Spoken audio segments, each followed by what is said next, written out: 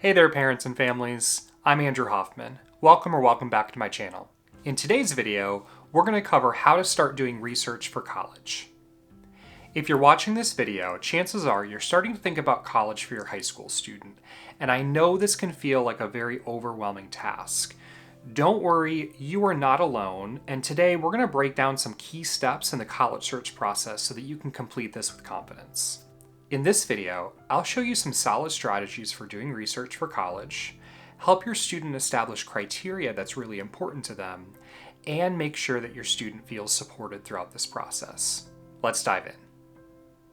Before doing anything else, so before you start looking at college websites, going on college tours, registering for the SAT, ensure your student establishes a college admissions email address. You as a parent might want to create your own because there's lots of ways that you can also get information throughout this process. In the following steps, you're most likely going to create logins for portals and websites and sign up for more information from colleges. Ideally, you would use this student email address for the college admissions process when you register for the SAT or ACT as well, because that's primarily how you're going to get a lot of information from colleges themselves. Now, the key here is that your student needs to check this email address on a regular basis, preferably every few days, for a couple of different reasons. A, it's going to get overwhelming really quickly. Some colleges just send a truckload of emails and physical mail. I'm looking at UU Chicago and University of Rochester, and so being able to keep on top of this is really important. B, some colleges will also analyze your open and click rates, and that's called demonstrated interest. In the simplest terms, the more you're doing, like opening emails, the higher level of engagement they'll actually see, and for some colleges, that matters in the admissions process. And C, colleges also provide all sorts of goodies like application fee waivers and invitations to open houses and other programs. Some things they don't publicize on their website, so be sure to check your email and see if you have any of those.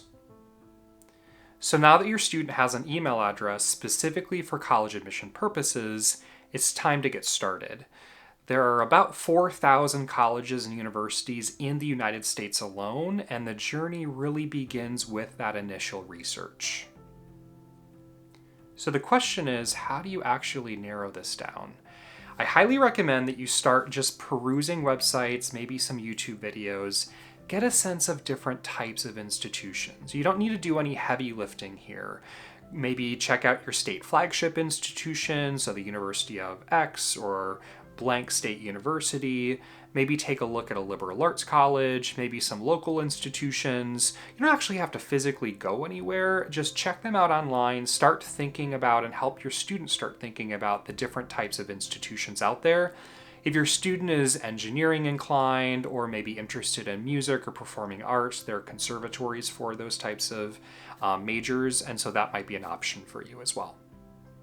And the reason why I'm recommending starting at least in-state at your public institution is for a couple of different reasons, right?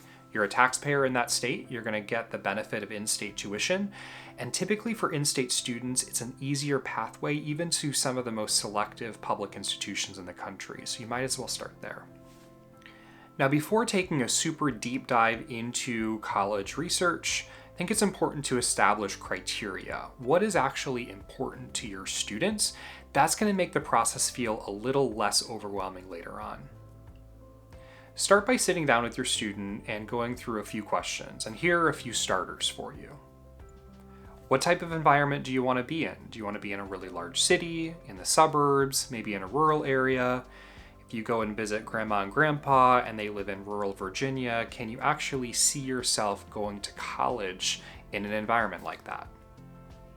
Are you looking for a school with strong academics in a particular area, like STEM or humanities or business or nursing? Or are you really undecided at this point, or maybe you just have a lot of different interests and a lot of different subject matters? Do you prefer a big school with a lot of students and a lot of opportunities, or do you prefer maybe a smaller, more intimate campus environment?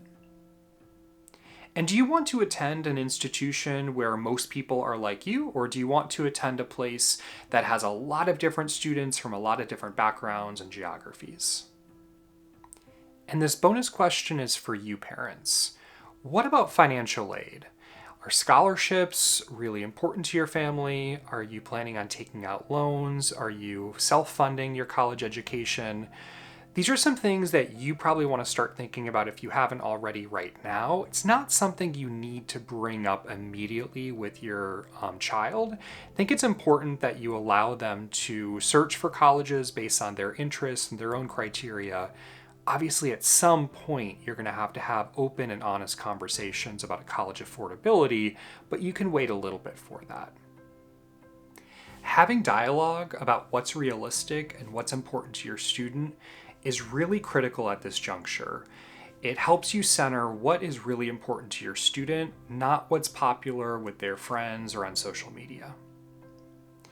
Next, you're going to create a checklist, maybe on a Google Doc or a spreadsheet, with the following categories: location and environment, academic programs offered, financial aid and scholarships, campus life and student activities, diversity and inclusion initiatives, study abroad opportunities, and perhaps others. This is your search process and your student search process, and so think about what kind of broad categories are really important to you.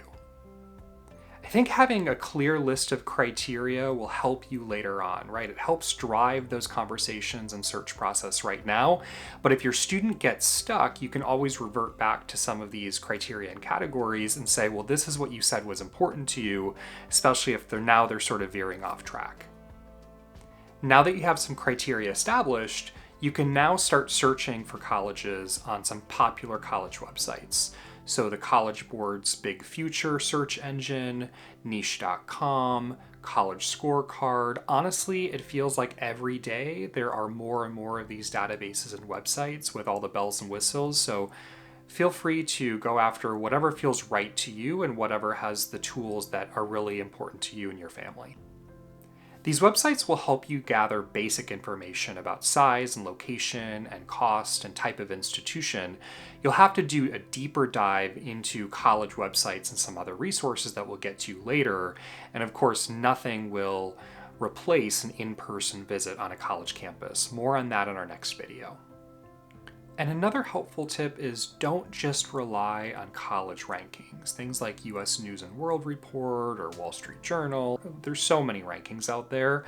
I would not focus on that, right? These rankings are categorizing colleges and sort of listing them based on some obscure methodology in a lot of ways. And so it doesn't matter to your students how much a college might spend on research that goes toward PhDs and graduate students at the end of the day. And it might not matter what percentage of alumni are giving to their alma mater. What really matters is the criteria that you and your family set forth and what's important to your students. So while you can use rankings sort of as like, okay, well, let's just take a look at some of the quote unquote best liberal arts colleges in the United States, that should really just be a starting point for establishing some lists of colleges. Then you have to take a deeper dive into that. Another element of college research is utilizing your school resources, and that's specifically interactions with your school counselor. This is often an overlooked but very valuable resource depending on the person. Encourage your student to start building a relationship with their school counselor now. School counselors oftentimes can help with researching colleges, helping with essays, registering for the SAT or ACT, or putting you in touch with college representatives themselves. Make sure you as parents are also involved. Keep in contact with your counselor and ask questions as needed. They often have really good insight into financial aid options and application trends, and the way that your student might stack up compared to other students enrolled at the school. Of course, I do similar things on this YouTube channel, so be sure to like and subscribe so that other parents can find me and you can continue receiving application advice. Remember, each school's counseling office is a little bit different, but generally speaking, they're a great source of knowledge and support. And you don't have to wait until junior or senior year to start that relationship. You can absolutely contact them now and ask more questions about the college admissions process. A final element of college research is coming straight from the source, and that's colleges themselves. Each college has its own website, admissions, and financial aid, and they're trying their very best to portray who they are on these sites. When I was director of admissions, I would spend a lot of time with a whole team dedicated to communications, emails, social media, online campus tours, and we spent a ton of our time really thinking about those messages to ensure that students had the very best information in front of them. First, develop a system to organize your thoughts and resources. This is something that might be able to be shared across your family. So this could be a Google Doc or a spreadsheet or maybe a note on your phone's app, so that you can start organizing likes and dislikes before really diving into college websites. And on the websites themselves, you'll find a lot of static resources. So this might be student and faculty testimonials or blog posts. This might be information about the admissions process or about student organizations or majors and minors. And certainly it could be really helpful to take a look at the biology classes offered within the biology major so that your student has a better sense of what that major actually entails at that institution. There will also be a ton of information about maybe the college's standardized testing policy or dates and deadlines around the college admissions process. Don't focus on that right now. That will come, I promise. This is all about getting to know institutions.